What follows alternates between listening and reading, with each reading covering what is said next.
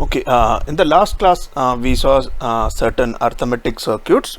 Basically, we saw different kinds of adders. Today, we are going to see multipliers, comparators, and shifters. So, if I see how a binary multiplication is done, this is the multiplicand, a binary number. This is the multiplier, right? So, I write 1 into 0 is 0, 1 into 1 is 1, 1 into 0 is 0, 1 into.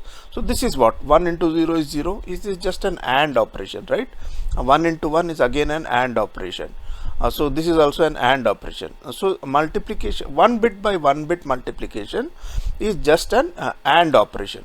Now, so all these terms we can get it by doing a simple AND operation, and then once these AND operations have been done, they need to be added up. Now, only thing is, once we have done with the least significant bit all the AND operations, we need to shift either this entire thing to the right, or the next line is to be shifted 1 bit towards the left. Okay, so and you keep going, and then you add everything vertically. So this is how a binary multiplication is done. So let's see how to implement this. Okay, now if you see here, A0 B0, right, these are the partial fractions, right, when you multiply what you get.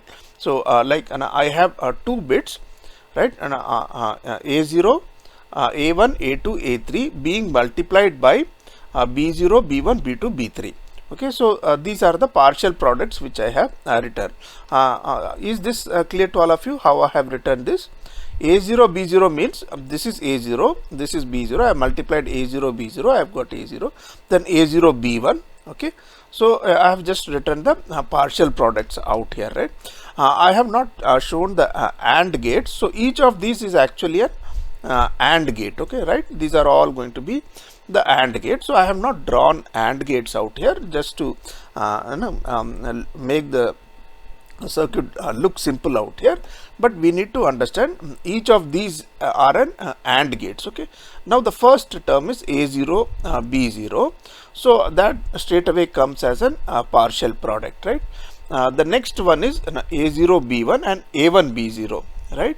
A0 B1, if you see here, this is A0 B1, then A0 B2, it goes on like this. So if you see here, A0 B1, A0 B0, A0 B1, A0 B2, A0 B3, then the next bit from here, like, right, this is A1, A1 B0, A1 B2. So here I am talking about a 4-bit into 4-bit multiplication. That is why I have written it like this. So now I have A0 B1, A1 B1. There are only 2 bits which requires to be added.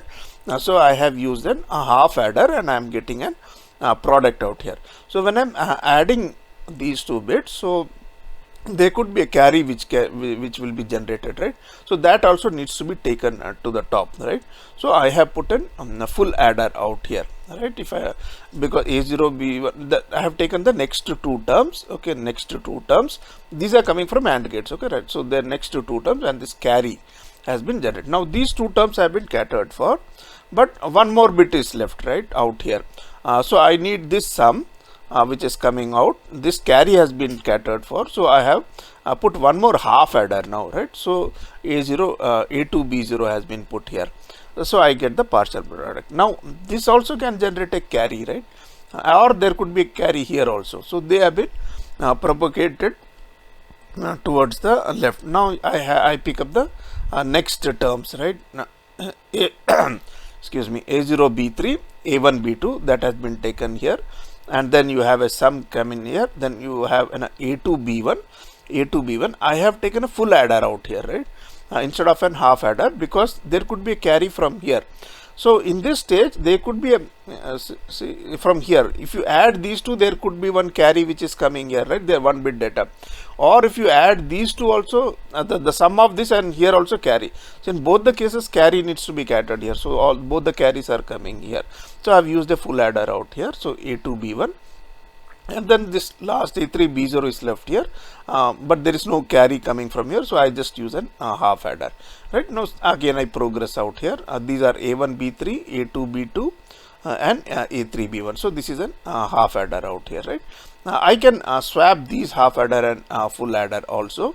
I can put in A2, B2, A3B, then this becomes a full adder, this becomes an half adder. So that minor adjustments you can do, right? Okay, then you have a carry coming from here. Here A2, B3 is there, and A3, B2 is there, and the carries from these stages, right?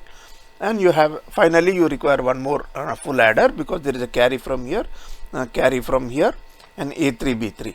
So this is P6 is the sum. Okay, all these are the sum outputs, right? P6 is the sum output, and P7 is the carry output from the full adder, final full adder. So this is known as an array multiplier. Okay, upper full adder, and other is a half adder. Now, should it be the case, A0 B2 plus A1 A0 B2. So this is a full adder. This could generate a carry out here, right? And this also could generate a carry out here. So it doesn't matter in the next what if it's carrying here or here. In the next sum, we just have to cater for those carries also. So it doesn't matter. Right, as long as we are taking that carry to the next stage, it should be fine. Is it okay, Devdeep? Right.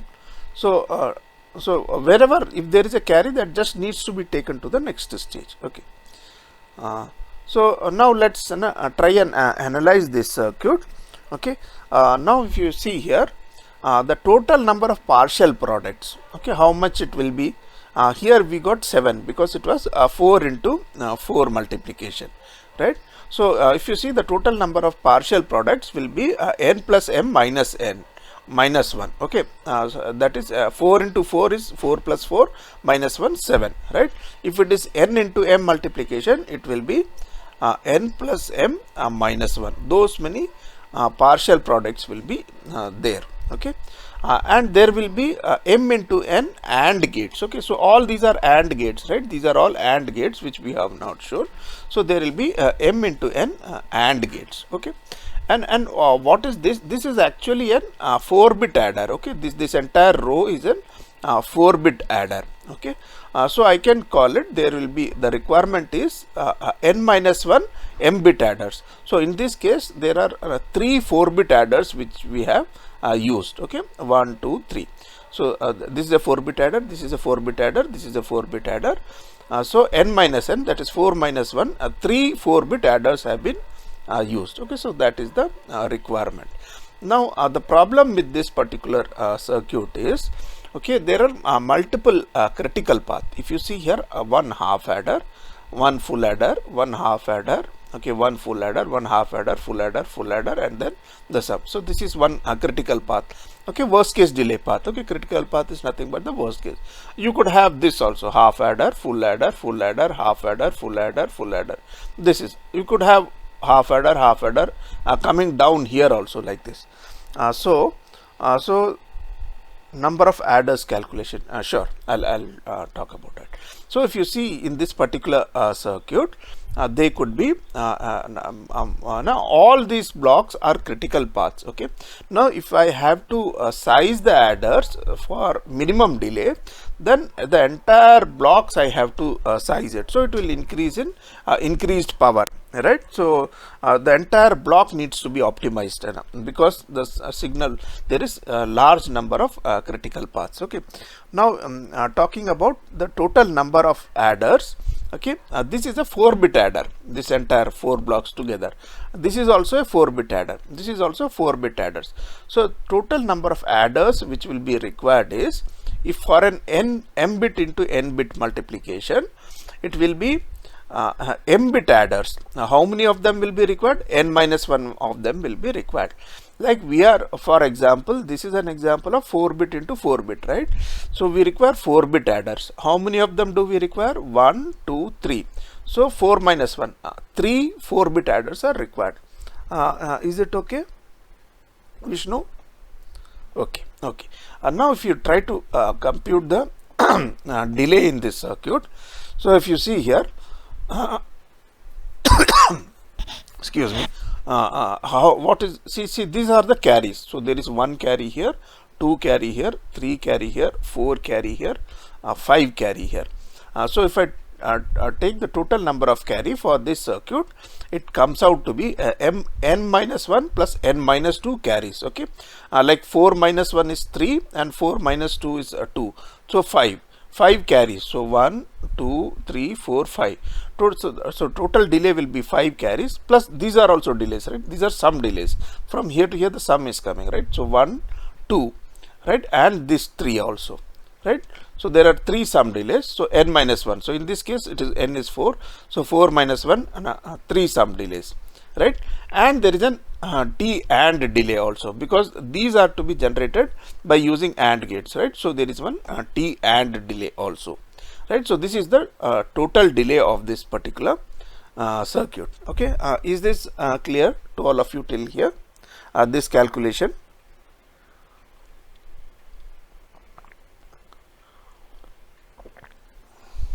Is it okay? Can you carry, right? So this is the carry delay, this is the carry delay, right? So this is the carry delay. No, sorry, the horizontal ones are the carry delays, right? So if you see here, total carry delay can be computed by using this formula, m minus 1 plus n minus 2 T carry.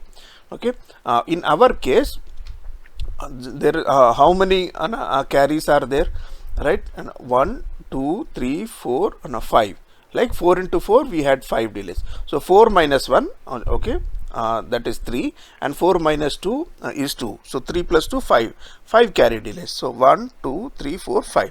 Okay, that is the 5 carry delays which we have. Okay, so this is the formula for computing the total number of total delay. Okay. So now we have something known as carry save multiplier. Okay, so the same multiplier, it has just the carry is not propagated. M is the number of columns and n is the number of rows. Yes, correct. So here what we have is the these multipliers. Okay, instead of the carry being propagated horizontally, they have been propagated, okay, to the next stage out here, not to the same stage out here, right? This is a 4-bit adder, but the carries have been generated to the next stage. Now what happened? It is same, only the arrangement is different. If you see here, from here to here, it is the same thing. Okay, only thing is the carries have been propagated, okay, in a cross manner. Like this is a half adder, right? A0 B, next is 2 bits to be added, so you generate 1 carry, so you get it into the next stage out here, and here 2 bits are in the next stage. You will find there are, if I go here, there are 3 things to be added. So 2 have been catered for here, a third has been 2 have been catered for here, third has been so it has become, now only difference is here it is a half adder, full adder, half adder. Now it is half adder, full adder. Okay, so only the things have changed. So this everything has become an half adder out here now, if you see here. Okay, and these have become full adders. Okay, so it is just a way we connect these cells, interconnect these cells. Otherwise, again here we require, okay, n m-bit adders. Like now we have 1, 2, 3, 4. Okay, so the number of half adders which we required now is increased. If you see here, 1, 2, 3, 4 rows of full adders are required now here. Okay, so obviously the area is going to be slightly on the higher side. So what is the advantage? The advantage out here is the critical path is this now. Okay, this is the critical path out here, right? So if you see here, so this doesn't become the critical path. So this is the critical path. Now if the critical path is fixed, we can optimize only these particular blocks for speedy operation by compromising on power, right? In the previous case, there were multiple critical blocks. Each of these blocks needs to be sized up for to decrease the propagation delay. In that case, the area will go and the power will go drastically high. Here only this blocks in the critical path needs to be sized up or optimized so that the delay can be brought down. Okay, so this is So this has got that particular advantage. Okay, so if I compute the delay out here, it is one half adder delay. This is one carry delay. This is one carry delay, one carry delay. Okay, so I write an n minus 1 carry, and this is a t and delays is there. This is there as such. All the AND gates will be there, and a t merge. Okay, a t merge is no, this is known as a vector merging adder, which is optimized for speed. So the delay of this entire thing that is represented here as t merge. Okay, so the advantage of this particular design, like I said, is only that it is possible for us to optimize the critical path delay because there is only one critical path delay, one critical path here. Okay, so that is the advantage, but obviously there is area overhead because of one full additional adder coming in. Okay. Okay. Now, although both those designs, okay, they are looking skewed here. Okay, that is just because I have drawn it skewed so that we understand how it works. But in an actual layout, they can be placed like this. Okay, so in the layout, you don't have to put that in a skewed manner. Okay, so that will consume more space. So I have just flashed this slide to let you know that. Okay, they don't actually look skewed in an layout. Okay, in the layout they can be arranged like this. All adders can be in a rectangular manner to save the space. Okay, now before taking on the next type of adder, so let's just discuss an transmission gate XOR. Okay, so if you see here, right now, suppose a is 0. Okay, let's take a case a is 0 and b is 1, right?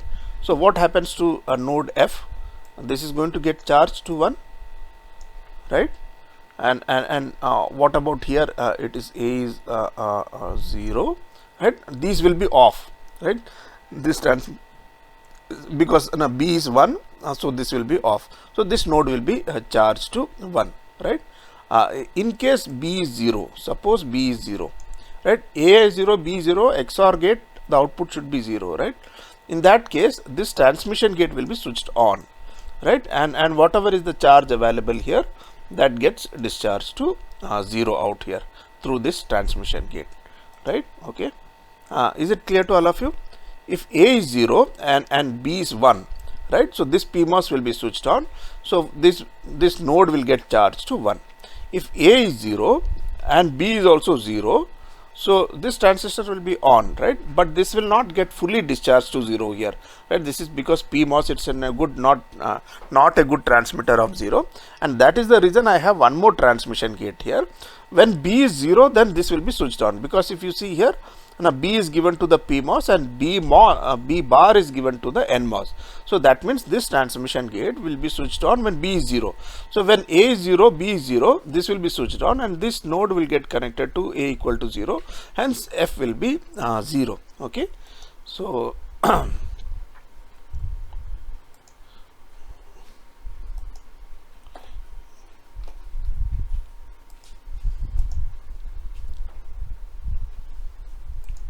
right now let's take then the second condition. Right now, A is 1. Suppose A is 1, this will be switched on. So F will be pulled to 0. In case B is 1, right? If B is 1, A is 1, B is 1, F has to be 0. So this will be pulled to 0. If B is 0, right? If B is 0, then then this will be 1, right? So in that case, so what we need to do is, so if B is 1, A is 1 and B is 1, right? So this becomes a 0 out here. So this will be pulled to 0. Okay, so that it works. Now if B is 0, in that case, if A is 1 and B is 0, then this will be B bar will be 1. So B is 0, this will get interconnected, right? So now A will come here, 1 will come here. That is it. If A is 1 and B is 0, then this node will be charged to 1 from this point. So this essentially works like an transmission gate. You can implement it with just mere 4 transistors. Okay, so this particular XOR is widely used for generating for making further circuits, which we are going to see now.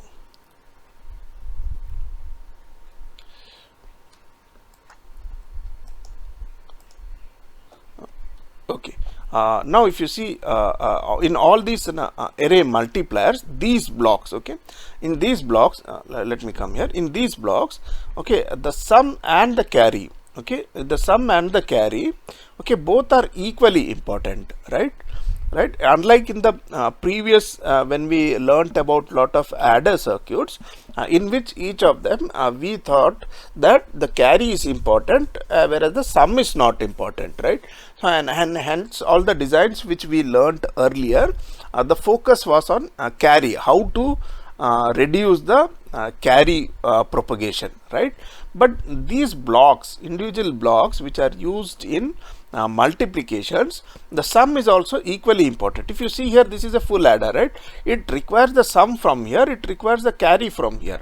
So both the sum and the carry both are equally important out here, right? So how to so we need to use a certain better design of generating a full adder circuit, right? So this is the circuit which is used. If you see here, this we learnt in the last class. Like this is A, we have used an inverter, so we got A bar. C, we got C bar. This is an XOR gate, the same XOR gate which we studied here. This is the XOR gate. I am using B and A, so I am getting the propagation. Okay, propagation. What is propagation? Propagation is an XOR of where is the propagation here. Propagation is XOR of A0 B0. So this is what the propagation has been generated out here. Now I am using this propagation gate here for the carry. If you see here, now this is the propagation. Yeah, this is the propagation, and what is sum? Sum is propagation in XOR CO, right? Carry. So this is propagation, and I have put an C in inputs here. Now if you try to see if the propagation is 0 out here, right? What the top cell will be activated, not the bottom one. So because I have given if it is 0 here, the top cell will be activated, right? The way it is connected here, this is PMOS, this is NMOS, so this will be get activated. So I have a C bar coming here, and since this is an inverter, I will get a 1 here. That means if it is propagation is 0 and C bar is also so this is doing an XOR of propagation and the carry. Okay, the way it is arranged out here, right?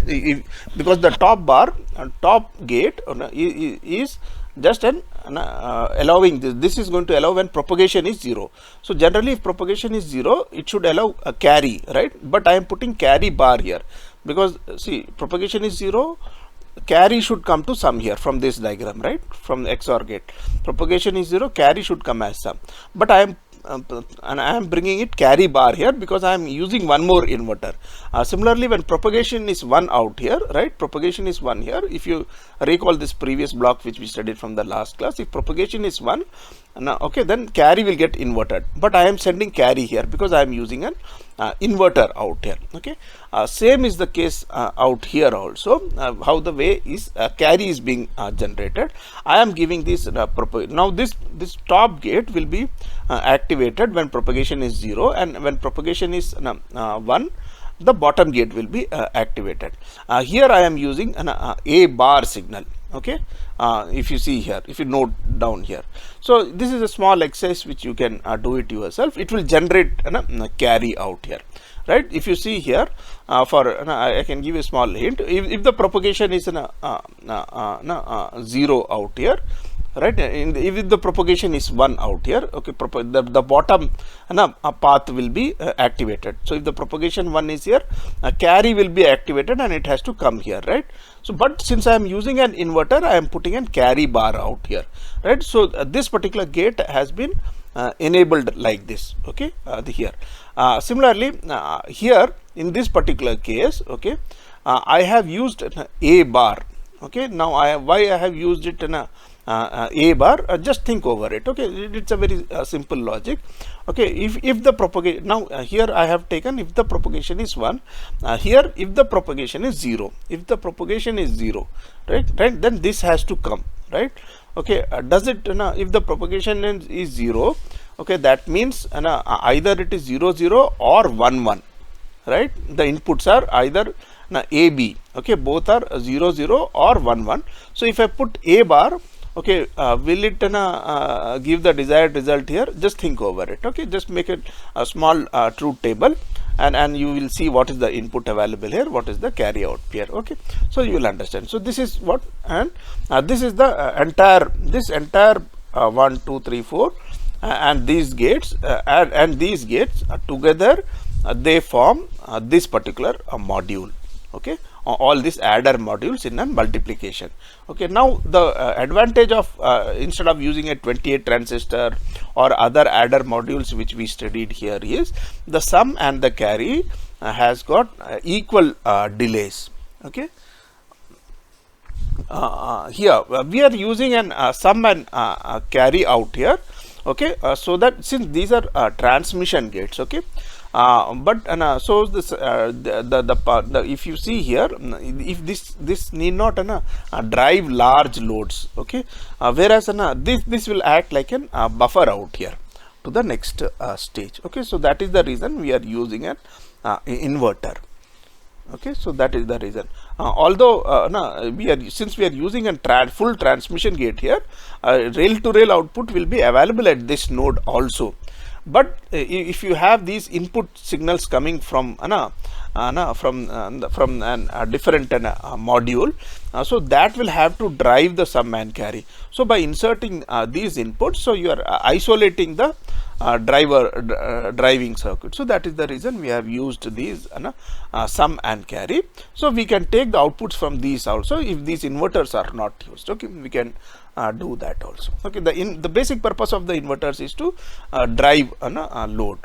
Okay, so you can size it.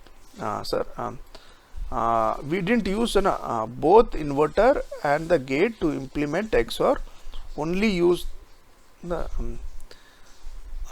here is it? No, we used an A bar signal out here, right? Here we have see B bar is not required because in this XOR gate, see, we have not used B bar, so B bar is we have not generated B bar. We have only generated A bar and C bar.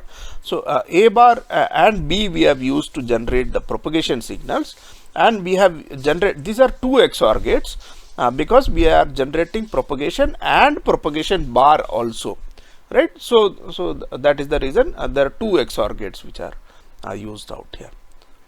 Is it okay? Here is it. Some generation. Yeah, tell me what's wrong with some generation. We didn't use both inverter and the transmit to implement XOR, only use this. This is not an XOR. This is not an XOR, right? This is just a transmission gate.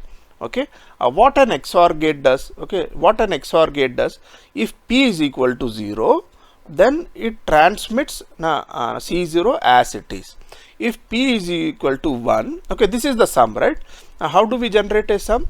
Now sum is first we do A XOR B0 and generate P0, and then we use one more XOR gate. Here we use if P is equal to 0, we are transmitting C0 as it is, and if P is equal to 1, then we are transmitting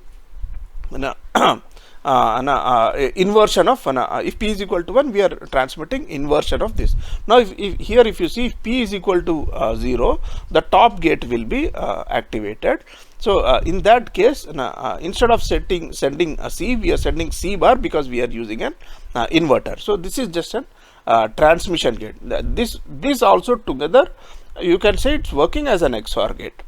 This is also working like an XOR gate only. Okay.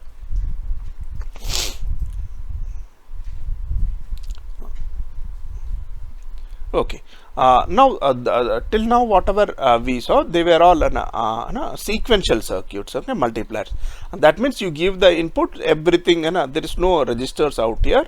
Everything is a sequential circuit, so it keeps computing and it will give you the results out here. Here this is known as something known as a sequential multiplier. Okay. Now again the same logic, right? And what we are doing out here is, see, we are multiplying with, if it is 0, then here we are writing all zeros. It's 0 out here, so we are again writing all zeros here. Again, then after writing 0 0, then we are shifting this, and now we will look at it as shifting it towards the right. Okay, again the previous one. Okay, again we have written 0 here, added these contents. Okay, and then shifting it towards the right. Then I take 1 here. If it is 1, then I am writing this B as it is. Okay, if I am not looking it in terms of AND gates. Okay, I am now looking at it at a different viewpoint. If it is 0, I am writing everything here 0.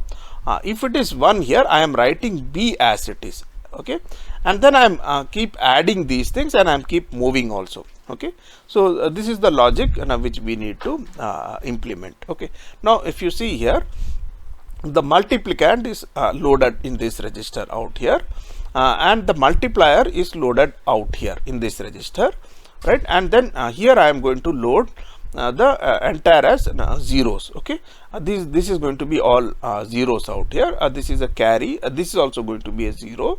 Okay, so this is 4. Suppose 4 bit by 4 bit I am doing. This will be 4 bit, this will be 4 bit, this will be 4 bit, and this will be the carry 5th bit. Okay, which is coming here. Right now, I am going to sample this first input out here.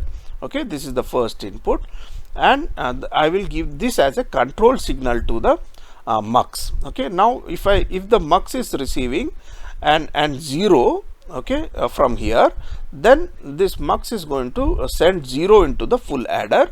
So whatever initially it was 0 here, this is also 0 here, it will add 0 0, and it will come here, right? And during the positive edge of the clock, this data which is there, this carry which is available here, and this which is available, this addition sum will be loaded into this register during the positive edge of the clock. Now suppose in the negative edge of the clock, I am going to shift these data towards the right. Okay, what happens now? This data which was pushed in initially multiplier, that means this data. Okay, now this has been pushed towards the right, so this 0 goes. Now I have the next 0 coming in here, right? So I have one more 0 here. What does this do? Okay, since it is a 0, it is going to add one more 0 here, right? Again, the positive edge of the clock, whatever was this was the previous result which is available here, right? It is going to add to the previous result out here, right? And in the negative edge of the clock, this data is going to be again shifted towards the right. So now I have this 1 coming out here, right? And each time I am shifting it also in the negative edge clock, right? Now I have a 1 here. Now if it is a 1 out here, now I am going to add the multiplicand to the previous data which is available. Like I had 0 and here, now I am adding the multiplicand, I am adding this B. Okay, now if you see here, this multiplicand is being added out here, right? Now, so this is the multiplicand is being added. So if I continue this process for if the number of bits is n, if I continue for n bits, I will get the result in this entire this is, suppose if it is a 4 into 4 multiplication, this will be a 4 bit register, this will be a 4 bit register, and this will be one more register. So after 4 cycles, I will get the complete result in this total register out here from here to here. Okay, in this 8-bit register, the data will be available out here. Okay, not only in this, because it is shifting. So eventually this data is not required, so it will keep getting pushed out, so that will go away. Okay, here the same data will remain B, whatever data we have loaded here, so that will continue to remain here, whereas here the product will be available. Is this algorithm clear to all of you? Okay. Okay. So let's take one more example out here. So this is probably important from your exam point of view also. So suppose I have to multiply 3 into 5, right? So I have loaded 3 here, m here 3. Okay, so this is going to remain 3 throughout the operation. This is not going to change. Okay, these registers are going to change. Okay, a and m. So a is initially 0 0. It is 5 bit. I have put 5 bit because this is the carry also, right? So this is why I have put 5 bit out here. And q 3 into 5. So here I am going to put what is to be multiplied. So I have 5. So 3 into 5. So now if you see here, since this last digit is 1 out here, here this is going to add 0 plus whatever data, because 1 means this multiplexer will send this data out here. So if you see here, since it is 1 here, during the positive edge of the clock, these two data, initial what is there in the accumulator plus m will be added. So I get 0 0 0 1 1 in the positive edge of the clock. This data remains same. So this gets amended with the addition of m and a. So this is essentially m plus a always. Okay, so this is m plus a. Okay, so q remains. Okay, this is one clock, and then this is just the positive edge of the clock. In the negative edge of the clock, it is going to shift right. So now this data remains same here. These data get shifted. So I have 0 0 0 here. This one comes here. So this becomes 1 0 1 0. Right. So this one has come from a. It has come to q. So this now it is an 0 out here. Right, now I am going to see, since it's a 0 here, it is going to add during the positive edge. It is going to the moment 0 is there, it is going to add an 0 to this. So a doesn't get changed. So during the next positive edge of the clock, a doesn't get amended. So it remains as it is. Okay, q is there. But during the negative edge of the clock, this entire data gets shifted. So I have all zeros here. This one coming here. Now I have a 1 here. Since it's an 1 here. With this is going to get added. So 0 0 1 1, right, and then this is going to remain same, and then again a shift operation in which this becomes 0. This one gets pushed in here, this one gets thrown out. So you have a 0 here. Since it's an 0 here, I am going to add again I am going to add a 0 because it is 0 here. So the accumulator remains as it is. Q remains as it is, and then again last shift. So everywhere it starts with a load shift, load shift, load shift, load shift. So there will be total 8 operations for a 4 bit into 4 bit multiplication. For 8 into 8 bit into 8 bit multiplication, it will be similarly 8 clock cycles. Okay, positive and negative edge, 2 different operations will be there, right? So finally we get this answer. So what is this answer? If you see here, this is 15, right? 3 into 5, 15.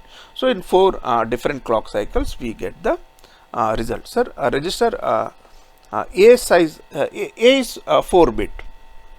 This is an 4 bit. This is an 4 bit register initially.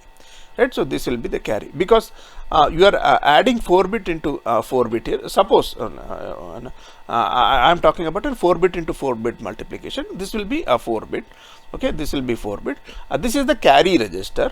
Okay, here I have put these two registers together, or I can call it as a 5 bit register, and both sum and carry is of 5 bit is being loaded here. Okay, so it is just the way we write it. Okay. Okay, now we'll see about comparators. Okay, how a comparator is. What a comparator does is, if all the bits are 0, it has to give me an output 1, or if all the so there are different kinds of comparators. So one is a 0 detector, which will detect if all the bits are 0. And there is a ones detector, which means if all the bits are 1, it will give an high. And there could be an equality comparator. It will just detect if A is equal to B, it will give me an output 1. Or it could be a magnitude comparator, where it will detect whether A is less than B or greater than B. Okay, so these are the different kinds of comparators which are there. So once comparator is what? No, it is just an AND of all the inputs, right? This is an 8-bit data. I want to check if all of them are 1. So you just put an AND gates, right? So these bubbles have been put here. So that's how they get cancelled to each other. So that we use some NAND gates out here. So that is the one. Otherwise, this is just an AND operation of all the bits. Okay. So this is an all one detector. Similarly, if I have to have all 0 detector, again I can use an AND gates only. But only thing is the input needs to be inverted and given to an all ones. So then it will detect whether all the bits are 0 or not. So these are very simple circuits which can detect whether all the bits are 0 or all the bits are 1. Okay. So that is one. Equality comparator. That means if I have a 4-bit data, okay, A0, A1, A2, A3, and I have a second A bit, second and a 4-bit data B0, B1, B2, B3, and each bit I put an exclusive NOR, and then I put an AND gate out here, right? What the exclusive OR will do, it will give a 1 for 0, 0, and 1, 1, it will give a output 1, right? So if I use this circuit, it will give an output where A is equal to B, right? So this is a simple circuit where we can use to compare 2 bits whether they are equal or not, right? Okay, is it okay till here, all of you?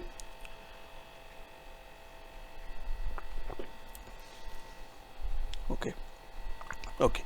Now let's talk about magnitude comparator.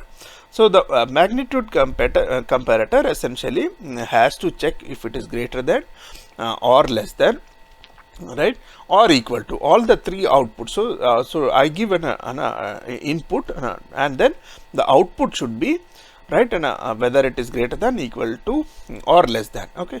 So if you see the logic, what is employed is we just first compare the MSB. Okay, if they are equal, then we move on to the next bit, right, to check, okay, whether it is so, and if they are also equal, then we move to the next bit, right?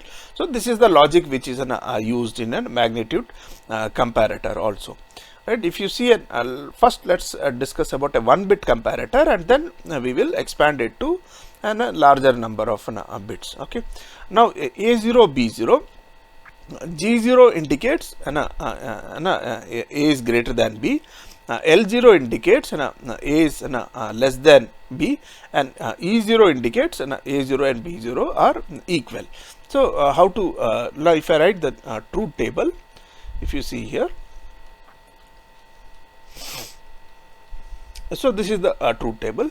A0, B0, that means E0 will be high, right? And for 0, 1 and 1, 1 also E0 will be high. For 0, 1 less than is high, and for 1, 0 greater than is high. So this is the truth table. If this is the truth table, how to write the expressions? Okay, so if you see here, E0 is E0. If you see here, it is 0, 0 and 1, 1. This is actually a NOR gate, right? So inversion of an XOR gate. So XOR gate invert, or we just XNOR. This is known as an XNOR. So this is the symbol for XNOR. Yeah, sorry. So this is the symbol for XNOR. So this is an XNOR.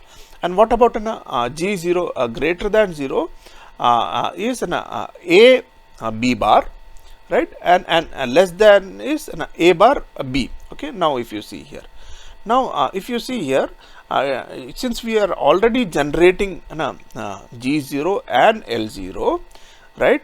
Now we can write G0 plus L0 bar as E0, right?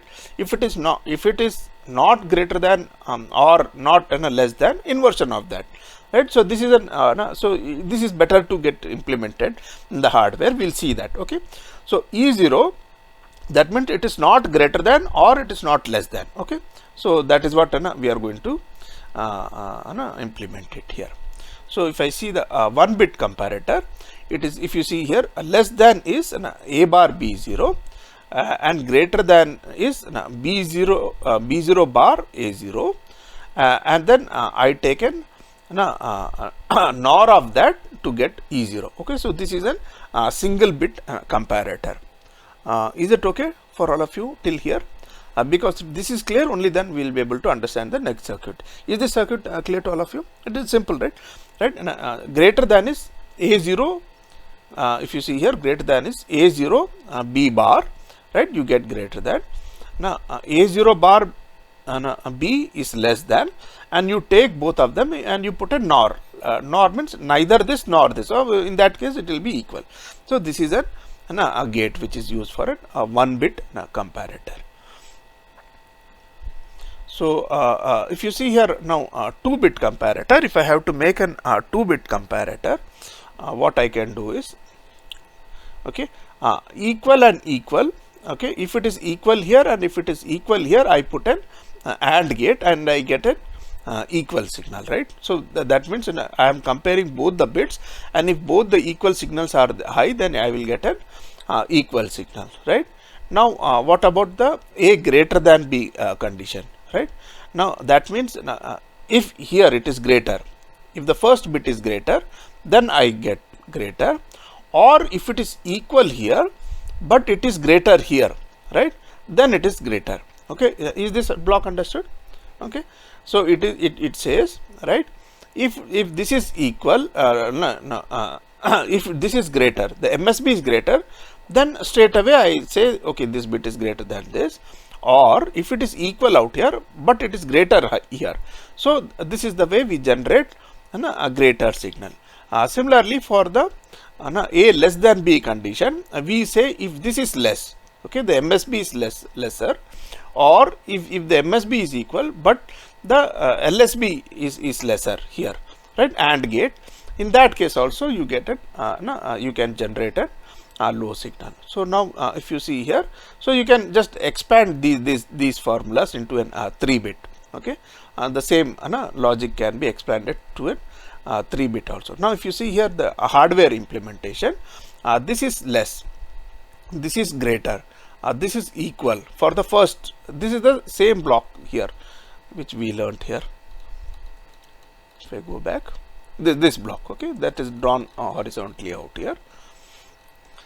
So this is equal here. So I have one equal coming from here. Okay, now if you see, this is an AND gate, one equal coming from here, this is another AND gate, one equal coming from here and one equal coming from here. So AND of all the this thing will give A equal to B, right? Now if you see here for the less than operation, if this is less, this is coming to the OR gate, or okay, there is one more input coming to the OR. What is that? That is the equal from this stage. If it is equal here, but okay, this is an AND gate, right? So this is an AND gate, that is equal from here or less from the next significant bit. So that is coming to the OR. Or the third condition is it is equal, right, and this is also equal, then L1, okay, is there, that is coming here, right? Or the fourth condition is this equal, this equal, this equal, they are coming to an AND gate, and you have L0 coming here, so that is brought here. So that is how we generate. So if you see here, this is hardware wise, this particular circuit is pretty simple to implement. Similarly, you can generate A greater than B also, right? You can in fact go here and you can make a K map, right? Like you can make an 1, 2, 3, 4 3-variable K map, and you try to implement. So it will be slightly more complex here, because here you will see there is some regularity, and then it is easier to implement it this way, right? Otherwise you can use a simple K map and or a QM method and try to simplify it, but invariably that will come with greater number of complexity.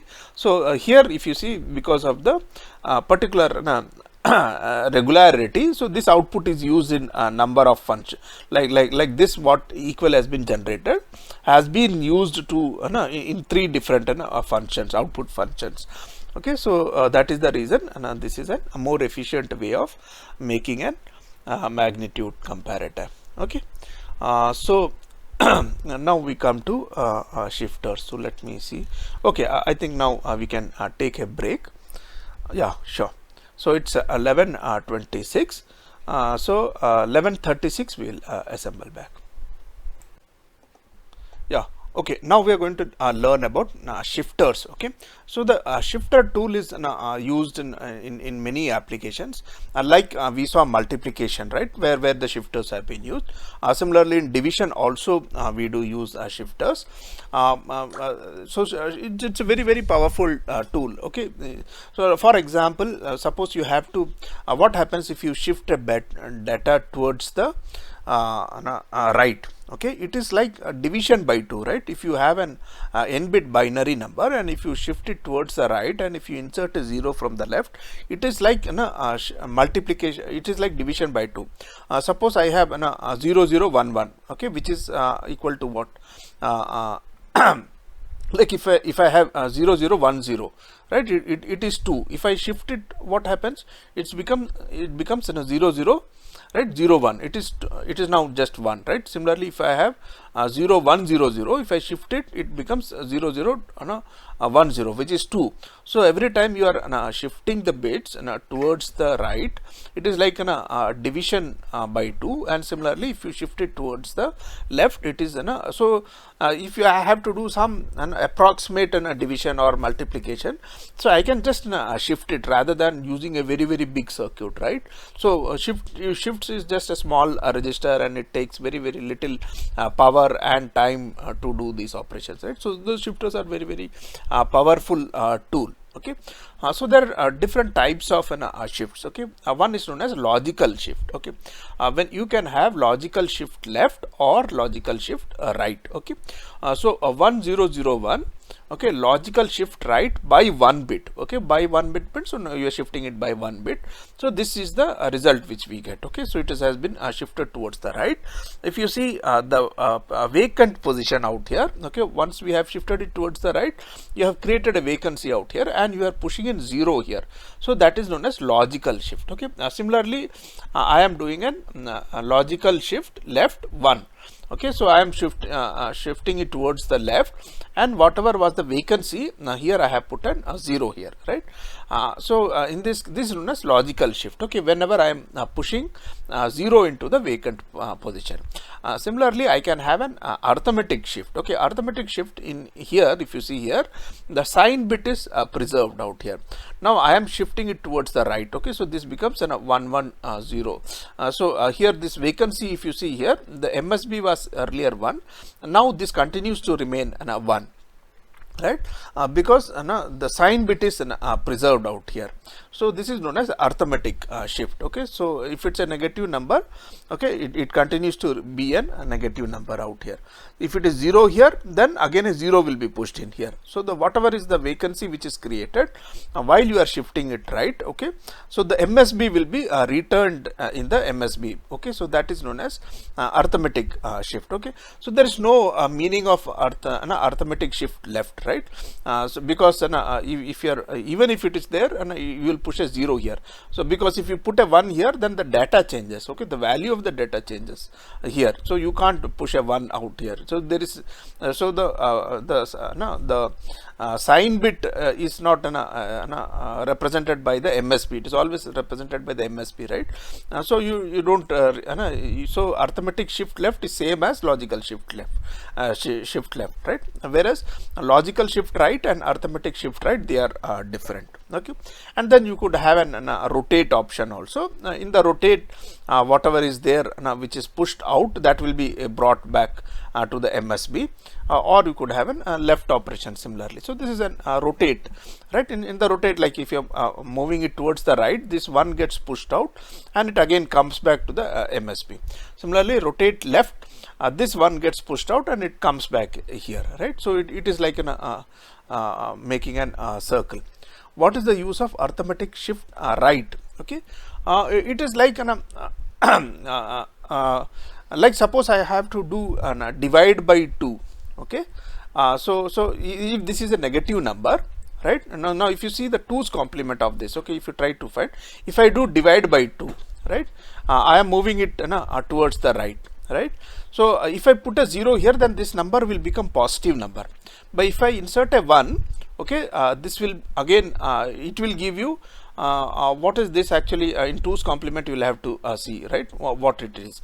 It will be 0 1 1 0 plus. You just take out the 2's complement of this, right, assuming it to be like, if it is a 4-bit, you have to assume it the total range of this number will be from, okay, from 7 to -8, and accordingly what does this represent, you check that, okay, and then you do an arithmetic shift right, and you put a 1 out here, and then it will be just divide by 2, okay, because again 1 will represent a negative number out here. Is it okay, Sahu? You understood, right? Okay, so it will give that answer. But if you put a 0 here, then this will get transformed into a positive number. This will become 5 1. If I write 0 1 0 1, this will become 5, right? So but the answer is not 5. So that is the reason. Okay, so it will be that way. Okay, now yeah, how to implement these shifters? Okay, now this is the way we do the shifting operations, right? So see, if you see here, okay, no operation means it is not the input data is going to be reflected as it is in the output. So you have this NMOS transistor and you have this NMOS transistor. These are buffers. Okay, buffers are nothing but two inverters connected in series. Okay, now if you see no operation means these two transistors will be switched on, and you have AI coming out here and AI minus 1 coming out here, right? Now if I have to do an write operation, so these transistors will not be on, but you will find this transistor is on and this transistor is on. Now AI will be routed here, and this AI plus 1, whatever is available here, okay, that gets routed here.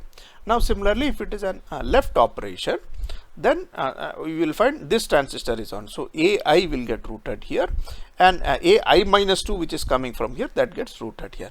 So this is how a binary shifter is just a small circuit is shown here, right?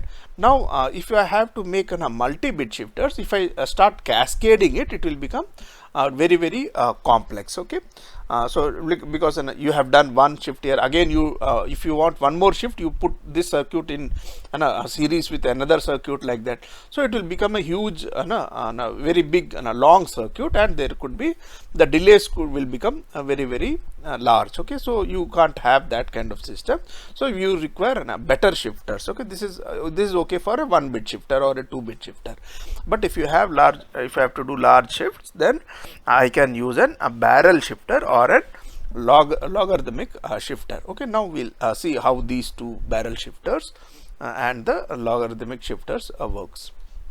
So this is a barrel shifter. Okay, now if you see here, these are the buffers, these are A0 lines, A1, A2, A3, these are the transistors. Okay, these are all the pass transistors. Okay, so somebody wanted to know last class, why are we learning about pass transistor logics, right? Right now today we have seen several applications of pass transistors, right? We implemented a pass transistor XOR gate for the sum and carry.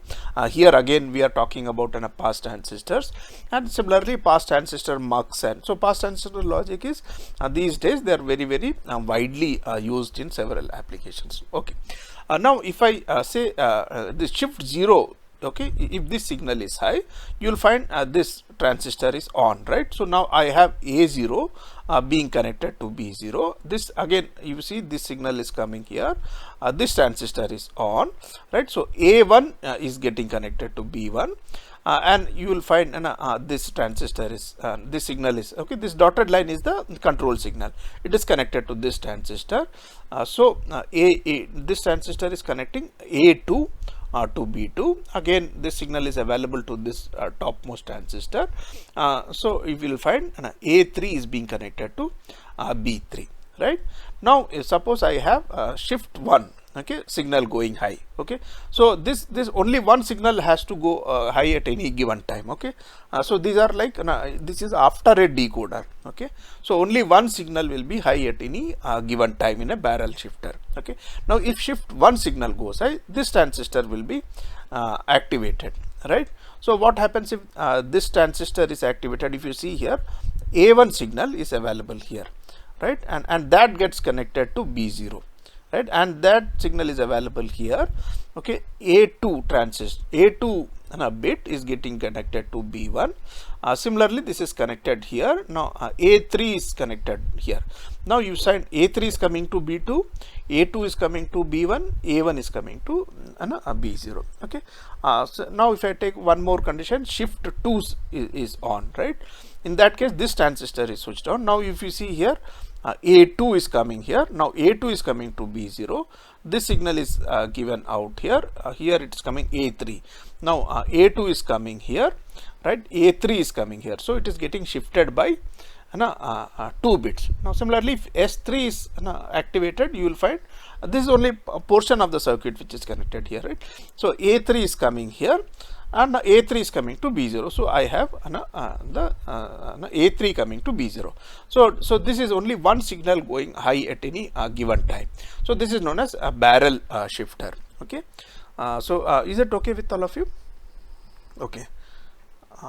Yes, in the analog circuit. Yeah. Okay. So this is the layout.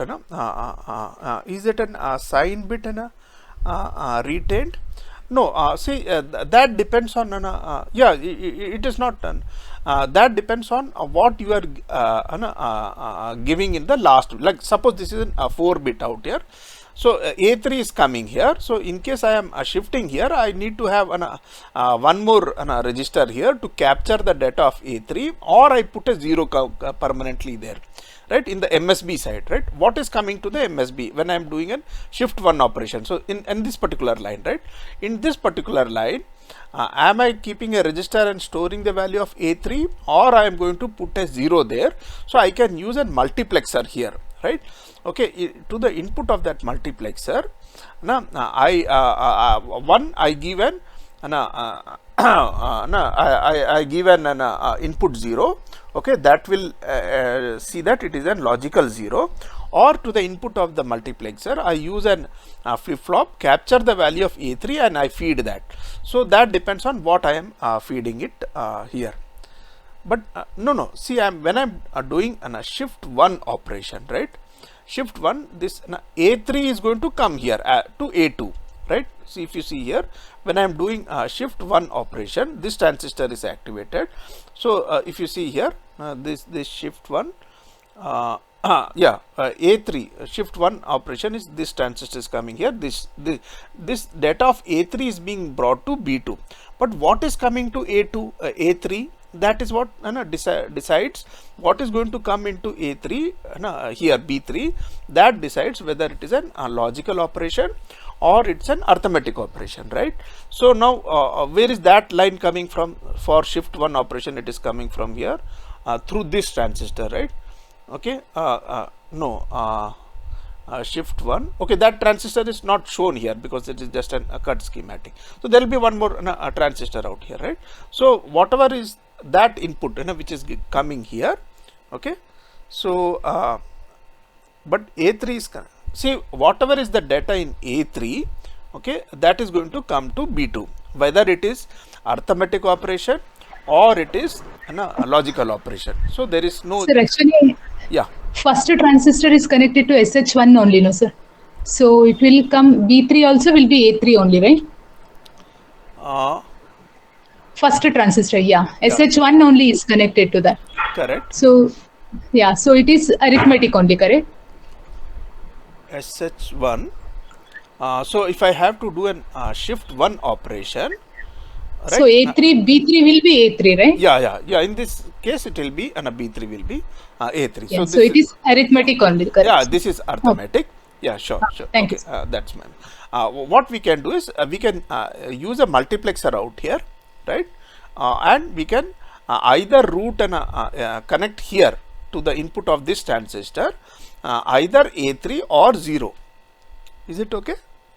And we can give the control signal to that multiplexer, whether it has to be arithmetic or whether it has to be the logical operation. So that's how we control it, right? Okay. This is the general layout, just to show how much space it takes.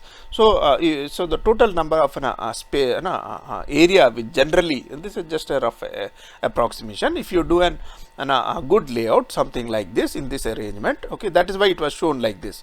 That comes from the layout. Okay, so if you see the layout, if this is the minimum width for generally for a wire 4 lambda. This we saw while we studied the layout, right? So this is 4 lambda, and the spacing also requires to be a 4 lambda.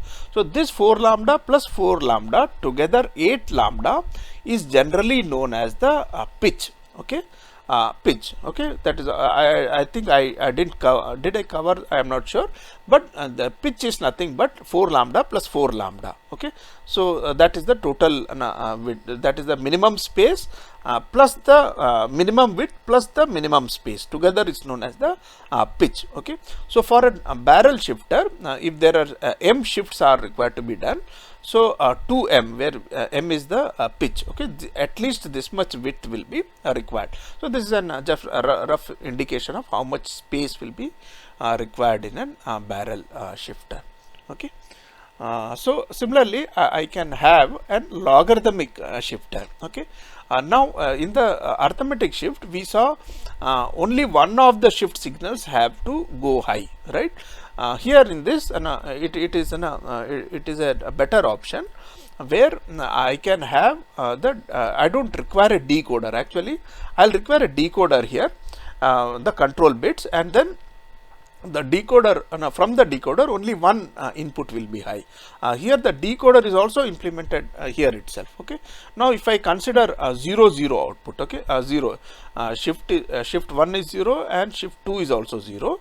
So if you see here, this transistor will be on, and this is coming from because this is shift 1 bar and this is shift 2 bar. So A0 will straight away come here, right? Okay. Similarly, this will come here.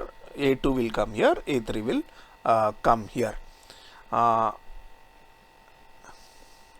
Okay, I'll come to this FPGAs issue. Okay, so if you see here, so these are the the datas which are straight away given here for shift shift 1 is equal to 0, shift 2 is equal to 0, right? Now if shift 1 is 0, okay, and shift 1 is 1 and shift 2 is 0, in that case if you see what happened, this transistor is activated. Now A1 comes here and it comes here, so A2 comes here, so 1 bit shift is possible. Okay, now there could be a condition where shift 1 is 0 and shift 2 is 1, right? In that case what happens, this transistor is activated. Now if you see here, this input is coming from here, right? So now this will be shift right, and it will come here and it will go here, right? So 2 bit shift is possible. Similarly, you could have a shift 1 and shift 2 both going high, right? In that case, if you trace the path, 3 shifts will be possible. Okay, so in this arrangement, the advantage out here is it is the decoder is also implemented out here. Like if it is 0 0 directly, 0 1 1 shift, 0 2 2 shift, and 1 1 3 shift. Okay, so that is why we can a decoder is not required here. So it can do it is more area efficient, and it can do several shifts. Okay, that is the advantage of with respect to the barrel shifter. So this is known as the logarithmic shifter. Okay. Now now there is a question that in certain FPGAs they say lookup tables are capable of being used as shift registers, right? And how is it done? I am not very clear about this, but many a times, like say what we do is when we program an FPGA, it is like certain functions if you are using very often, say a square of numbers. Okay. So if you have I have to do 1 square, 2 square in the program, okay, there is a requirement of squaring numbers. So rather than loading the FPGAs to do the squares always, okay, we can have some kind of like lookup tables where already say 1 square, 2 square, 3 square, 4 square, up to 10 squares, because if you see squares when you do it, it is a multiplication of those two numbers, right? So it will take those many clock cycles, right? So instead of that, if we have like for a sequential, if it is an n bit into if you have a sequential multiplier, if you do an n bit into n bit, 64 bit into 64 bit multiplication, you might require 64 clock cycles for that to get complete, right? But in case you are using an lookup table, because if you find that this is done very regularly, I want the square of these numbers for a certain program. So if I store in the EEPROM and lookup table where I can whenever I encounter these kind of multiplications, I go and fetch the data, right? Similarly, if you see the sine, cosines and these values, right, if you have to find it accurately, the sign of a number, right, it is actually a summation of a series, right? So it will take time. So if those values are stored somewhere in the lookup table, you can get those numbers. Okay, so so if you give me a specific the more input about this particular question which you have asked, okay, then maybe I'll be able to think and tell. But this is the kind of lookup where we use the lookup tables. I have given you some examples. Okay, now we can use an we can make an shifter using multiplexers also. Now if you see here, this is a multiplexer and this is an register, right? So this is a clear signal. Okay, when you give a clear signal, so you all of them will be cleared. Okay, so and this is a clock signal. So this clock signal is fed to all the D flip flops, right? Now this is a multiplexer. Okay, 2-bit and 2-bit control line. So there are 4 different inputs which are available. So if I give 0 0, what happens, right? If you see here, what is the 0 here? It is coming from the output of the flip flop. This is coming from the output of this flip flop. This is coming from the output of the flip flop. This is coming from the output of the flip flop. So if I give 0 0 here, right? So the contents of this register will remain the same, because this is going to come here through the mux. So with each clock, the data won't change here. Okay, it will retain the previous data. Is it okay with all of you? Yeah, Devdeep. 0 0 means the same data is being fed back out here, right? Now suppose I have 0 1, right? So then this, right? So the serial input is coming here, right, to the 1 input here, right? So some data is going to come from here, that is going to be fed into the register. What about here? If you see here, this output is taken here and brought here, right? This output is going to be brought here. This output is going to be brought here. So when I give 0 1, the entire data is going to be shifted towards the right out here, right? So I will have whatever is the serial input I give. So if I put a 0 here, it will do an logical shift. Otherwise, if I have to make an arithmetic shift, then probably I'll have to take this output and put one more mux out here and give a logical shift and control shift and operation, and then give it to the serial input out here. Is this okay with all of you? Okay, 0 1, it is going to shift this data towards the right. Okay, what about 1 0? 1 0 means the second input will be activated. Now if you see here, this second output for this is coming for A4, it is coming from A3. For A3, the 2 input is coming from A2, and for A2, the 2 input is coming from A1. So if I give 1 0 out here, so this data will be shifted towards the left out here with the clock, right? So that is one, right? Then the next operation, if I give 1 1 out here, right, then I will have this pin number 3 of the mux being activated. So I can give some parallel inputs into this shift registers. Now if you see here, this particular circuit using mux can do several functions in one go. right? It can do shift left, it can do shift right, it can do parallel input data, it can do clear also, right? Now if sometimes if there is an requirement of, yeah, it is known as an universal shifter, correct. And if there is a requirement to convert serial data into parallel data, so what can I do? I can keep getting the serial data into these marks, and after so many clock cycles, okay, the data will be available here in parallel, right? Similarly, if I have to convert the parallel data into serial, I can load these data and parallel data, and then I can keep shifting it, and I can keep taking the output from A1 or A0, right? So if I put the data and then if I keep shifting it, I'll get the serial data. So this can also be used for serial to parallel conversion or from parallel to serial conversion. Is it okay?